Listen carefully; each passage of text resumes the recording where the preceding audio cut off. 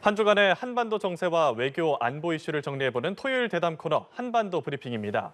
국제 외교 안보 분야 담당하는 이치동 기자 나와 있습니다. 안녕하십니까? 네, 안녕하세요. 예. 먼저 이번 주 주요 사안부터 소개해 주시죠. 네, 요즘 날씨처럼 한중 관계에도 훈풍이 불면 좋겠습니다. 오늘 다룰 내용 정리하고 조금 더 짚어보겠습니다. 한국이 호주, 영국, 미국 세 나라 간 안보 협의체인 오커스의 공식 파트너가 될 것으로 보입니다. 첨단 무기 기술 분야 협력을 위해서입니다. 우리 군이 이지스함 탑재용 SM-3 요격 미사일을 도입하기로 했습니다. 비싼 돈을 주고 굳이 살 필요가 있는지에 대한 논란은 가시지 않았습니다. 조태열 외교장관이 곧 중국을 방문해 왕이 외교부장과 회담할 전망입니다. 껄끄러운 양국 관계 개선의 돌파구가 마련될지 주목됩니다. 예, 첫 소식 살펴보죠. 한국과 호주의 외교 장관급 외교 안보 대화가 오랜만에 열렸죠. 네, 양국 외교 국방 장관이 참여하는 2+2 회담인데요. 2년 8개월 만에 열렸습니다. 보통 2년에 한 번 정도 열리는데 예. 원래 작년에 열렸어야 되는데 호주 측 사정으로 연기가 좀 됐습니다. 이처럼 한국이 장관급 2+2 회담을 하는 나라는 미국과 현재로서는 미국과 호주뿐입니다. 한국과 호주가 안보는 미국과 밀착하지만 경제 측면에서는 중국과 떨어질 수 없다는 점에서 같은 처지이기도 합니다. 예. 우리가 호주에 K9 자주포 또 레드백이라는 보병 전투 차량도 수출하기로 했는데요. 그만큼 방산 분야 협력에도 속도를 내고 있는 겁니다. 이번 회담도 호주의 수도 캔버라가 아니라 자주포와 레드백 현지 생산 기지가 있는 거기서 가까운 멜버른에서 열렸습니다. 예. 이번 회담에서는 요즘 핫한 안보 협력체인 오커스에 대한 협의가 있었다고요? 그렇죠. 호주, 영국, 미국 영문 이름 이니셜을 따서 오커스라고 부르는데요. 2021년에 생긴 안보 파트너십으로 중국을 견제하기 위한 거라는 게 중론입니다. 필러 1, 1군 멤버인 호주가 이 오커스를 통해서 핵 추진 잠수함을 도입할 계획이어서 주목을 받고 있습니다. 여기서 필러는 이제 기둥, 축이라는 뜻인데요. 오커스가 한국을 인공지능 등 기술 협력을 위한 필러 2, 2군 파트너로 고려하고 있는데 이 부분이 이번 회담에서 논의가 된 겁니다. 의미는 한국이 오커스와 군사기술 협정을 고려한다. 또 체결 가능성을 높다는 걸 이제 공식화했다. 이런 면에서 의미가 있습니다. 일례로 일부 무기 개발 프로젝트에 참여를 하고 또 AI와 로봇 기술, 표준화 플랫폼을 공유하는 데 도움이 될 것으로 기대가 됩니다. 물론 일정 수준의 의무나 제약이 따를 것으로 보이고요. 또한 중국을 자극할 수도 있다는 부정적인 측면도 있겠습니다. 관련해서 구체적인 사항은 추후 협의를 좀 지켜봐야 할 것 같습니다. 예.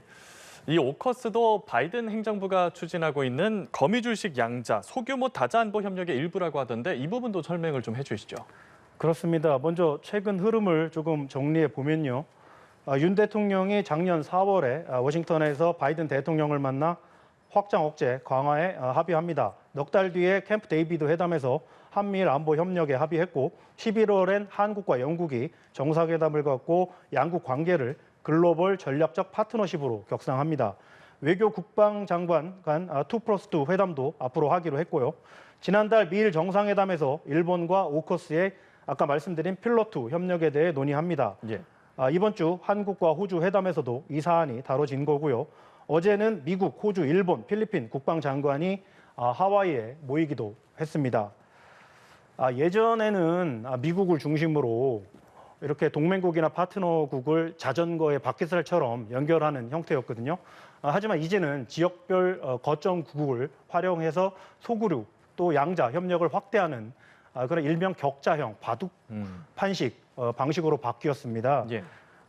동북아는 일본, 남태평양은 호주, 또 동남아는 필리핀이 거점이 되는 셈입니다. 예, 그렇군요. 설명해 주신 흐름과 좀 관련이 있어 보이는데 우리 군이 미사일 방어망 확충을 위해서 SM-3 해상 탄도탄 요격 유도탄을 도입하기로 했죠.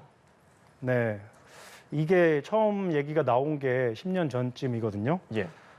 많은 고민도 하고 숱한 논란을 거치고 나서 우리 방위사업추진위원회에서 결정을 한 겁니다. SM-3는 해군 이지스함에 탑재해서 사거리가 비교적 긴 탄도미사일을 고고도 그러니까 최고 고도가 한 500km 정도 상공에서 요격하기 위한 겁니다.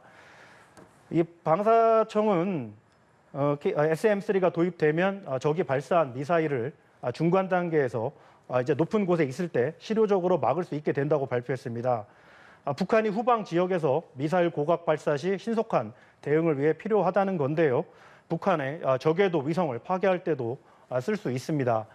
지난달에 이란이 이스라엘에 여러 발의 미사일을 발사했죠. 벌떼 미사일 공격을 했는데 그때 이제 중동 지역에 있는 미국 이지스 함에서 이 SM-3를 발사해서 일부 격추한 거로 알려졌습니다. 이 미사일이 실전에서 처음으로 쓰인 겁니다. 예, 요격 능력에 대해서는 인정이 됩니다만 일각에서는 굳이 이렇게 비싼 SM-3를 우리가 구입해야 되냐 이런 지적도 있다고요. 네, 말씀하신 대로 SM-3 한 발 가격이 200억 원에서 300억 원 정도나 되는데요. 예. 사양에 따라 물론 이제 가격이 좀 다르긴 합니다. 방사청에 따르면 내년부터 5년간 총 8천억 원을 들여서 도입한다고 하니까 산술적으로 이제 30여 발 정도 살 수 있겠죠. 참고로 SM은 스탠다드 미사일의 이니셜입니다. 네. 문제는 최근 이제 북한이 한국 공격용으로 개발한 미사일이 KN-24라고 고체 연료 기반 단거리 탄도 미사일이거든요. 네. 북한이 러시아에 제공해서 우크라이나에서도 쓰인 거로 전해졌습니다. 여기에 연발 발사실 600mm 초대형 방사포도 있습니다. 이게 다 이제 고도가 이제 50km 미만으로 날아가기 때문에 이 SM-3로는 요격을 할 수가 없습니다. 이제 천궁이나 패트리엇 같은 다른 미사일 요격 체계를 써서 잡아야 하는데요. 그래서 일각에서는 속된 말로 닭 잡는데 뭐하러 무리해서 소 잡는 칼을 들여오려고 하느냐 이렇게 묻습니다. 일본에 있는 미군 기지나 괌, 하와이를 지켜주기 위한 거 아니냐는 의구심도 가지고 있는 건데요. 예. 결국 미국 주도 미사일 디펜스 시스템 MD에 들어가기 위한 수순이라는 주장입니다. 물론 우리 군은 이걸 전면 부인합니다. 한국형 미사일 체계, 이제 다층 방어 형태인데요.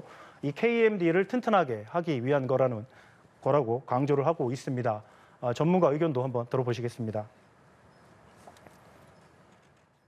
이게 우리가 정말 필요한 게 맞냐라는 질문은 당연히 할 수 있고요. 중거리나 중거리 미사일을 공격할 때 이때는 쓸 수 있는 거 아니냐 그 말은 그렇죠. 맞아요. 이는 최대한 국가들끼리 협업해서 막아야지 이게 실제 미사일 방어가 그 가능성이 높아지지. 예, 전문가 의견 들어보니까 미사일 방어를 위해선 팀워크가 필요하다 이런 설명 같은데 아무래도 북한 미사일이 워낙 다양하고 또 성능도 날로 좋아지고 있기 때문이겠죠. 그렇죠. 북한의 핵 미사일 위협이 이제 빠른 속도로 고도화하고 있다. 이게 이제 상수죠.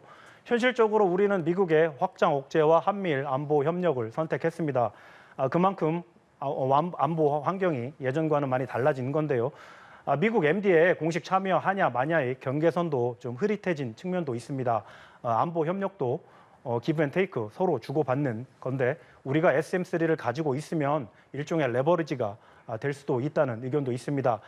미국과 일본이 4월 정상회담에서 호주와 미사일 방어 협력에 합의를 했는데요. 이 세 나라 모두 SM-3 미사일을 가지고 있습니다. 예. 오래전부터 미국이 그린 그림대로 미일호 이 세 나라의 미사일 방어가 한 축이 현실화되고 있고요.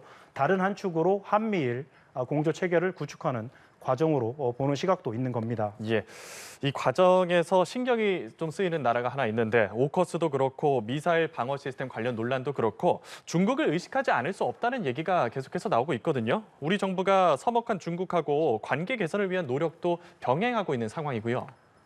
네, 조태열 외교장관이 곧 중국을 방문해서 왕이 외교부장과 회담할 거로 보입니다. 1월에 취임한 조 장관이 2월 달에는 이제 미국에 갔고요. 주변 4강국 중에는 이제 그 다음으로 중국에 가는 건데요. 이 부분도 최근 일련의 흐름을 좀 보면 좋겠는데요.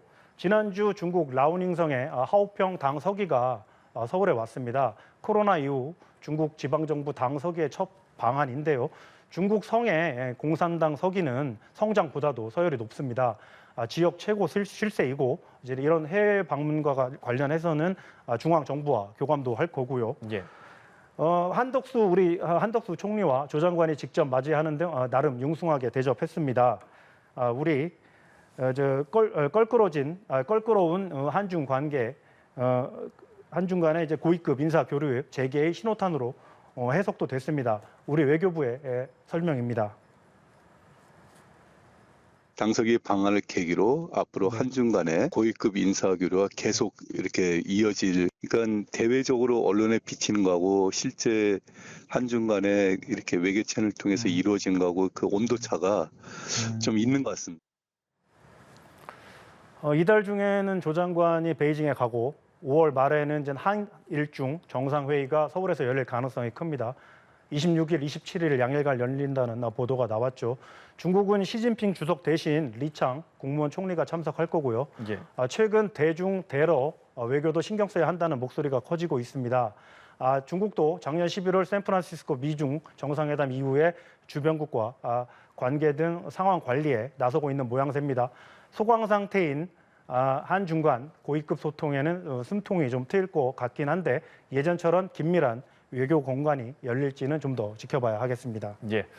한국과 중국이 가까운 이웃으로서 전략적으로 서로 필요한 사이라는 데는 이견이 없을 겁니다. 모쪼록 오랜만에 시동이 걸린 고위급 교류의 결실이 있기를 기대하겠습니다. 오늘 한반도 브리핑 여기서 마칩니다. 이치동 기자였습니다. 고맙습니다.